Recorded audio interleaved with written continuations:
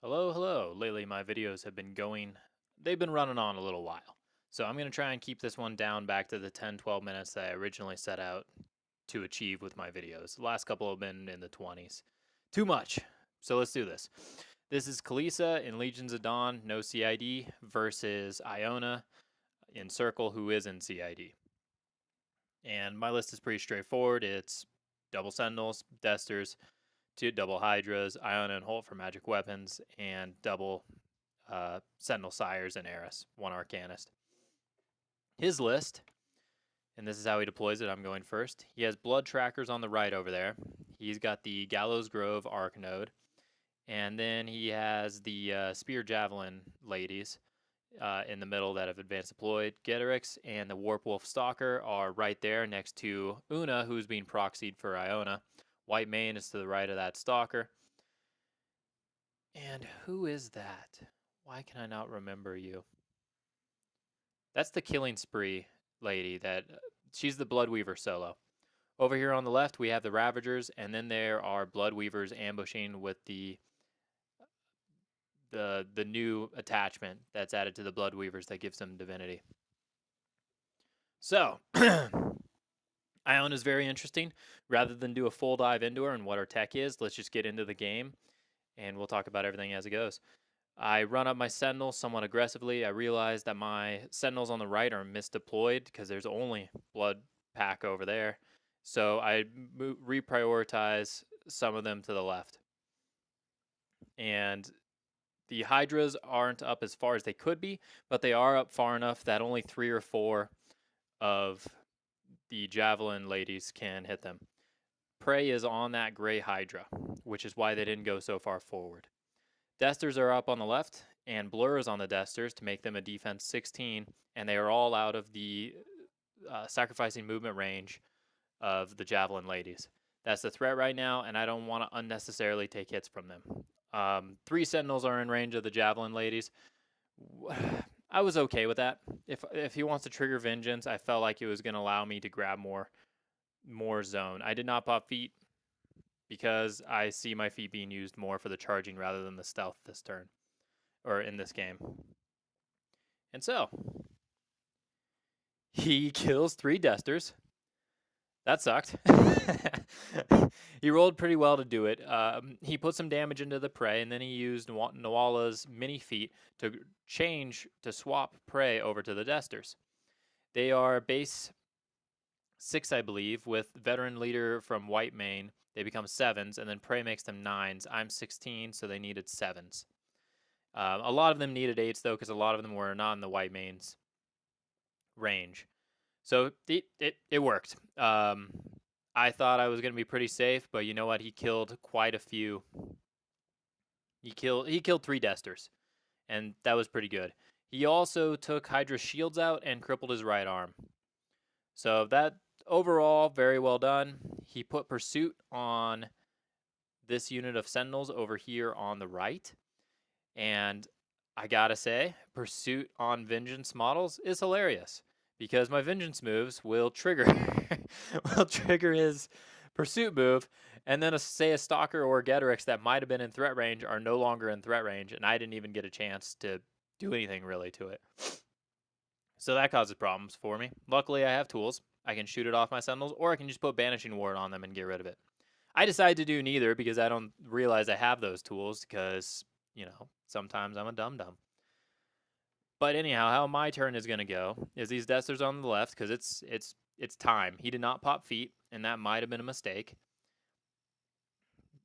Most of his Ravagers are out of range of the Sentinels. He's actually hoping that my Sentinels go into his Ravagers because with Vengeance... Oh, and his guy that gives Vengeance, everyone's talking about how he just dies.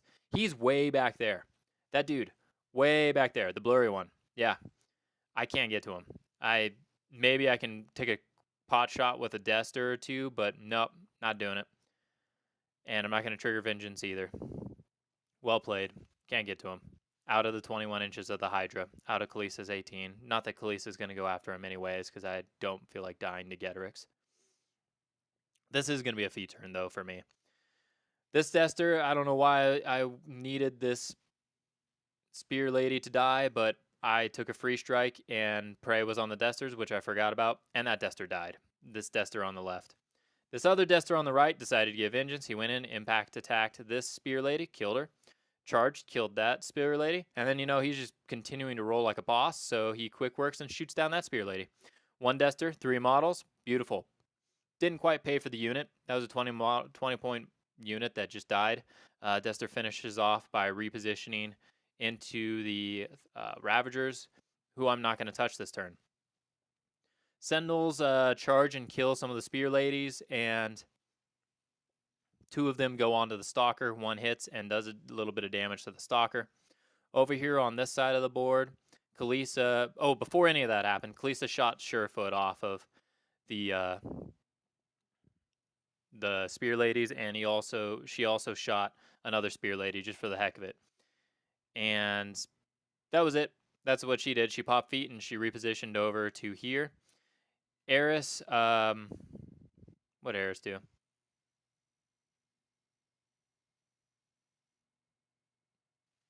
Eiryss did something insignificant. She got out of the way. Because this Hydra ended up going across the board over here to that Stalker.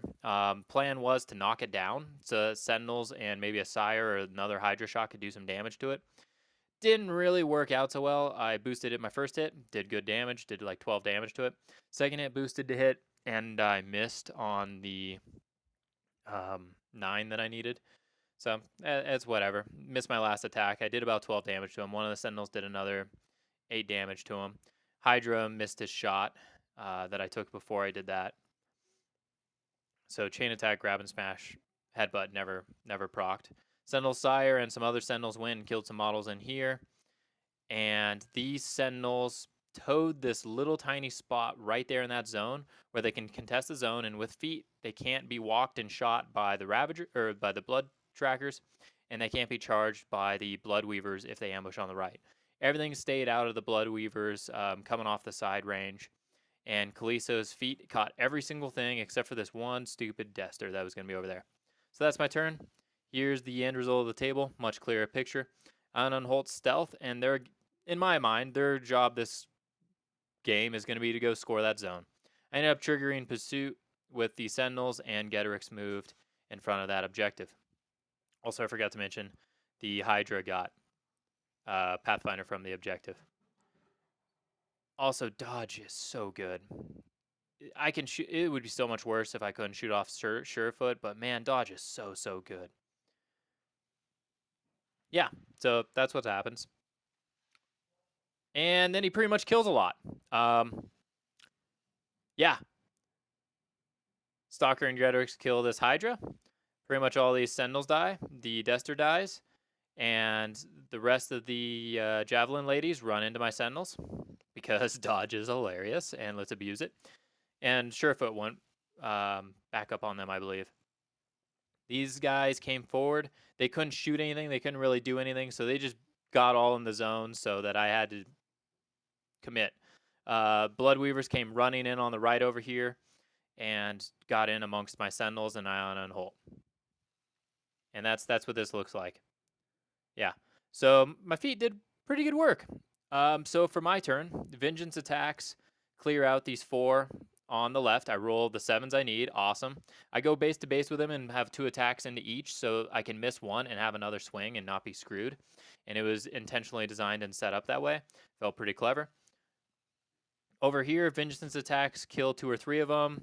I sandwich some of the ladies. No, Vengeance was never triggered over here. He never killed any of these. He never killed any of these Sentinels intentionally. Holt goes to town and shoots down and melees down, I think, 2 of them. And the others dodge around. Sentinels attack some of them. There's some charges that go in.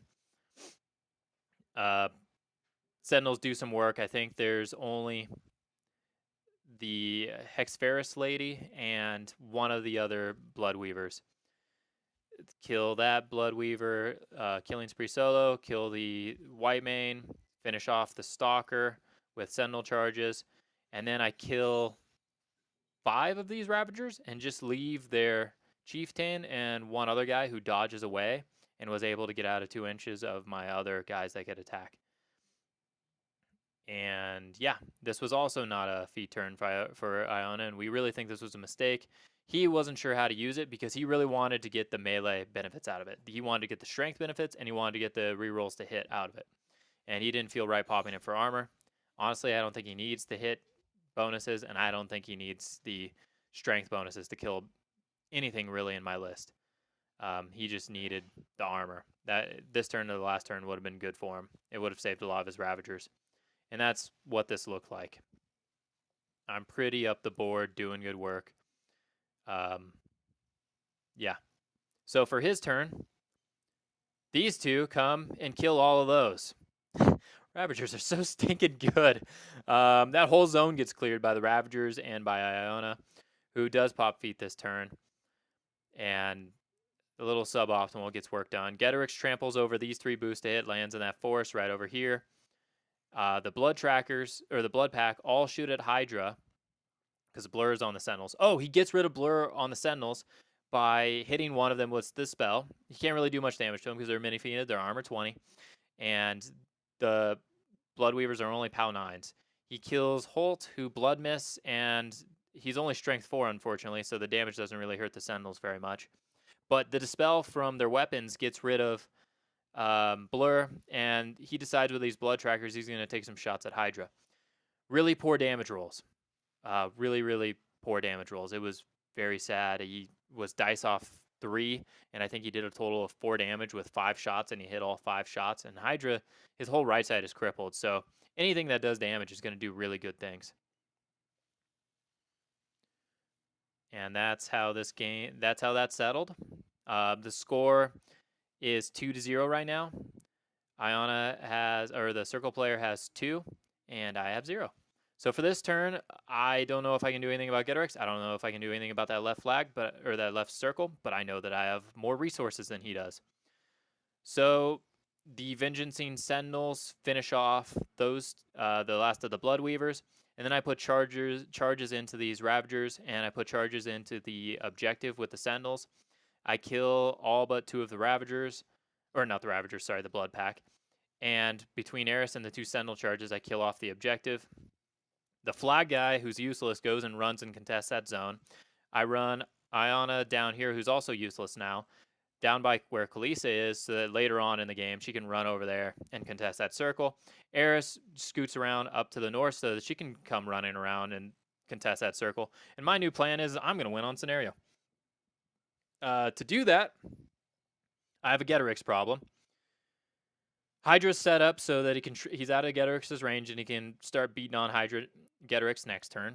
And Kaelyssa goes and shoots Ghetorix and then refuges over to right exactly where Eiryss is standing now, camping 2, on the hope that Ghetorix is baited into coming into her. And I put an Arcanist very specifically, I'll show you in this picture. Put the Arcanist very specifically right there so that there is nowhere he can trample to with Ghetorix, who does not have line of sight to Kaelyssa. Ooh. He also does not have line of sight to the Arcanist. I didn't think of that. I guess I got lucky. That could have been bad. But there's nowhere he can trample to where he can land and not hit Kaelyssa over the wall. The Arcanist is blocking off everything. The Arcanist is facing this way because I don't want to get shot by the Blood Pack, who maybe don't die to a free strike or 2. I forget about Murderous. Ghetorix is a really scary wolf. Ghetorix tramples over, swings over the wall, and misses the 11 that he needs on his first hit for Kaelyssa. I'm like, awesome. Buys another, he hits. After my shaves, it's dice off 2. He rolls a 10, does 8 damage to me. Not so awesome. He misses his next attack, and that was all his focus, and I'm feeling pretty good. I'm on 7 boxes, and I've got 1 focus left. And then he's like, I'm going to activate Iona and Abattoir. And I'm probably saying that wrong because it's a little bit French, and I say French words very poorly. But whatever that Abattoir word is, he beats on Kaelyssa. He hits the 11 with Murderous, and he rolls a 12. And she goes into the ground. He needed to roll a 9, and he rolled a 12, and she died. And that really sucks because I actually felt good on scenario at this point in the game. Ghetorix is going to be a problem to deal with. I miscalculated. All my Sentinels are turned around and looking the opposite direction of Ghetorix. So even if Ghetorix doesn't kill Kaelyssa, I'm in a weird spot. A really weird spot. Hydra's not going to take down Ghetorix all by himself. it's just awkward because all my Sentinels are looking the wrong direction. So I'd probably continue to score that zone. I'd have to get Kaelyssa out of there. It'd be a really weird game. But I think I would be fine with it at that point. We'd be playing to turn 7. Let me know what you guys think. Oh, also last turn it made a 2-2, so I feel like I was going into the scenario advantage here. Let me know what you guys think. Thoughts, suggestions, feedbacks, always welcome. Thank you.